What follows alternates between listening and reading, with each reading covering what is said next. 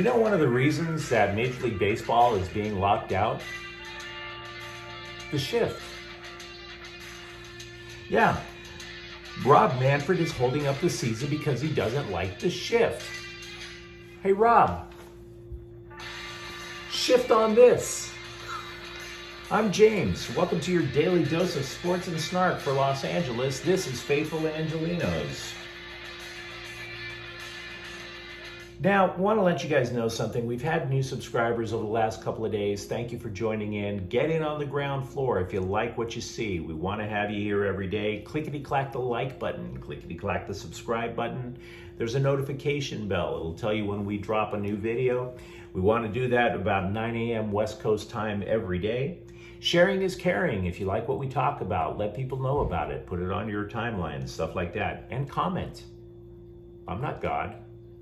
I don't know everything. Feel free to shout out. So, what can we tell you about sports in LA last night? Well, the Kings dropped a 4-3 decision to the Dallas Stars out in the D. 4 goals allowed in the second period sank them. Congratulations, however, to former Kings defenseman Jack Johnson. He played his 1,000th game in the NHL on Tuesday evening. He started out his career in Los Angeles. He went over to Columbus in the trade that brought the LA Kings Jeff Carter, and of course it won 2 cups, so thank you for your contributions, Jack. In addition to that, he's played for Pittsburgh, the New York Rangers, and Colorado. The Lakers and Russell Westbrook are heading to somewhere not good. I don't want to call it divorce court. I've been to divorce court. Russell Westbrook is not going to wind up sleeping in his car. Yeah, gave up a little bit too much information after my divorce, but so be it. No, according to the sports writer who wrote the article, there is, quote, mutual interest in finding him a new home next summer. Like you're dropping a grown man off at a shelter or something. Oh, hey guys, this is Russ. We love him a lot, but he just piddles on the floor, and we just want to find him a loving forever home. Dude, he's a grown man. I mean, give him respect for being a grown man at least. I mean, you got to find new words than treating him like a stray on the side of the street. They're treating Mr. Triple Double as if he's just something limping down the side of the road. Come on, guys. A lot of news for the Los Angeles Rams. The Rams apparently allegedly have the inside track to retain Von Miller, or do they? CBS Sports has 2 writers that are predicting he'll go to different spots. One is predicting he's going to wind up with the Baltimore Ravens. I've been to Baltimore. No, he is not. If he goes for everywhere, he's not going to go into a bullet-ridden crap hole like Baltimore. Stop it. And then the other writer predicted the Chargers. Now, again, I'm not saying I predicted Von Miller's going to the Chargers. I'm simply saying you should be aware of the threat that exists in the locker room across at SoFi Stadium. The Chargers have a shot. Also, sports writers ran down Les Snead, not in Indianapolis, but through a video chat in LA. Les Snead says Aaron Donald retiring is, quote, not a concern right now for us. They're trying to redo the contract, and I'm here to tell you, I'm starting to wonder if the salary cap even exists. Because you would think if you're trying to restructure Aaron Donald's contract, you would restructure it down to try to keep Von Miller and all these other players. No, they're going to give him a raise, or they want to. Up to $30 million a year. Not only that, they want to give Matthew Stafford a raise. And then they're talking about keeping Von Miller, keeping Odell Beckham Jr. I get that you have this money. That stadium didn't cost, you didn't build that stadium on food stamps, but there is I don't know how the salary cap works. I'm a smart guy, I think, but not when it comes to the NFL salary cap. Finally, USC backup quarterback Mo Hassan, poor fellow, ruptured his right Achilles. The Trojans are down to 2 healthy quarterbacks this spring. Fixing an Achilles takes time. I don't know if he'll be ready for the season. I don't. which means the quarterback situation at USC is a little cloudy right now. So let's get on to the main topic. Bob Nightingale, baseball writer for USA Today, saying that there's a lockout not simply for finances. Nope. Manfred wants to include a pitch clock, larger bases, presumably for vision impaired umpires, and he wants to ban the shift. Now, is it true that this is part of the reason? National sports writers, I was a regional sports writer, I wasn't a national one, but national sports writers, I would say, are about as accurate as CNN, which means they aren't. They're just not. But we do know that Manfred has gone on record saying that he wants to ban the shift. It's supposedly not good for the game. To which I ask, how? I'm still waiting. Look, this argument that I'm about to put forth, by the way, is not about how much I love the shift. Although the Dodgers use it a lot, and I love the Dodgers. I'm simply passionate about getting the game back on the field. And if the shift is one of the reasons the game is not on the field, you got to get rid of that reason. Bob Manfred is hurting baseball the same way every micromanager hurts your job.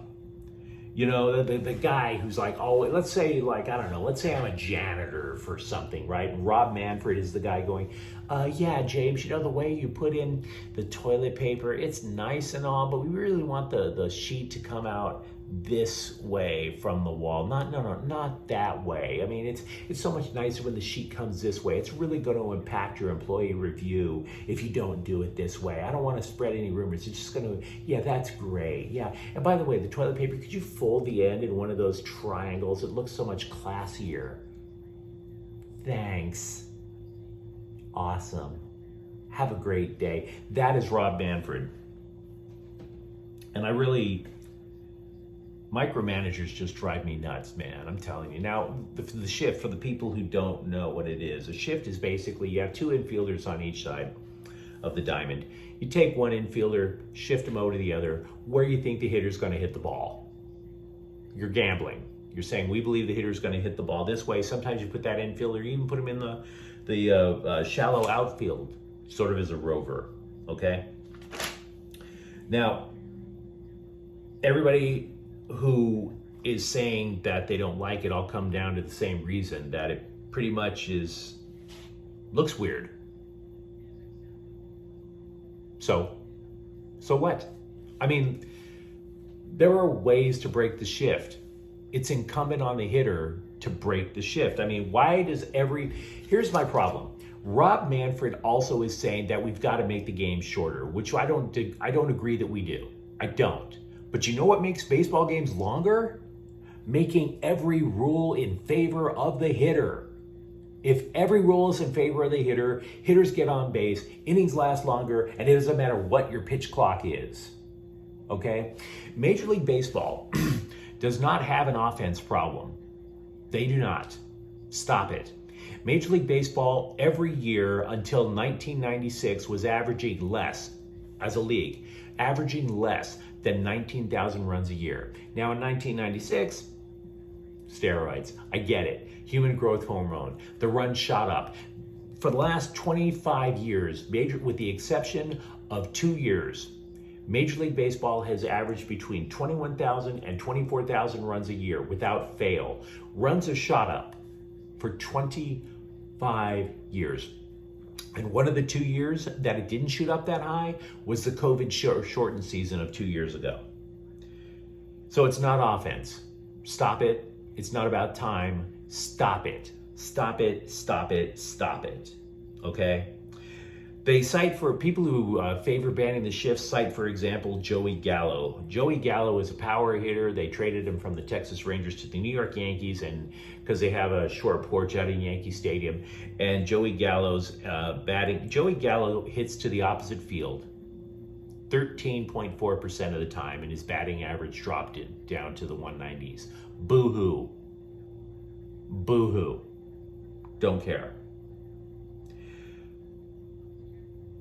How to break the shift. Learn to hit to the opposite field And then people will go, well, why should we force them to do that? Because that's where the defenders aren't.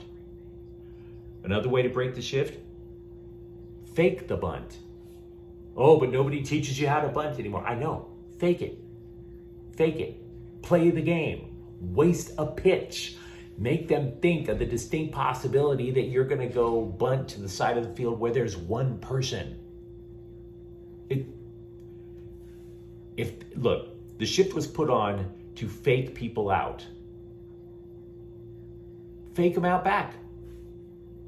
Fake them back. My problem again, runs have been up for a long time. Things do not always have to be in favor of the hitter. The other reason that I have a problem with people getting rid of the shift is the competitive balance of the game.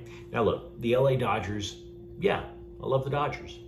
But the Dodgers aren't the only team that put together the shift. You know who else uses the shift? The Tampa Bay Rays. The Cleveland Guardians, formerly the Indians. San Diego Padres, a lot of teams have been using the shift to try to cut down on runs, including poor market teams. And the reason poor market teams do it is because they can't afford faster, more athletic people in the infield. They can't afford it. So now what you're trying to do is you're trying to do something that actually would swing competitive balance in favor of franchises that can afford 5 tool players. How is that good for the game? Could riddle me that. And I would answer, as a final little note, the best thing to say is baseball, much like life, is cyclical. Okay? In other words, the shift is popular now, but it's a copycat league, much like the NFL. Once something else becomes popular, other teams will follow. Guess which team used the shift the least amount of times last season? Your world champion Atlanta Braves. You don't think teams are automatically going to start breaking free from the shift to follow the Braves? You don't? Manfred, drop it. You're a micromanaging douche. We don't need this. So, on that sunshiny note, and by the way, I didn't mention it earlier, the Lakers are playing the Clippers earlier tonight. If you enjoyed this episode, don't forget to subscribe to the channel. Thank you for watching. We'll be back tomorrow, hopefully with something a little shorter. Faithful Angelinos is a Quien Corta El Queso production. I'm James. Take care.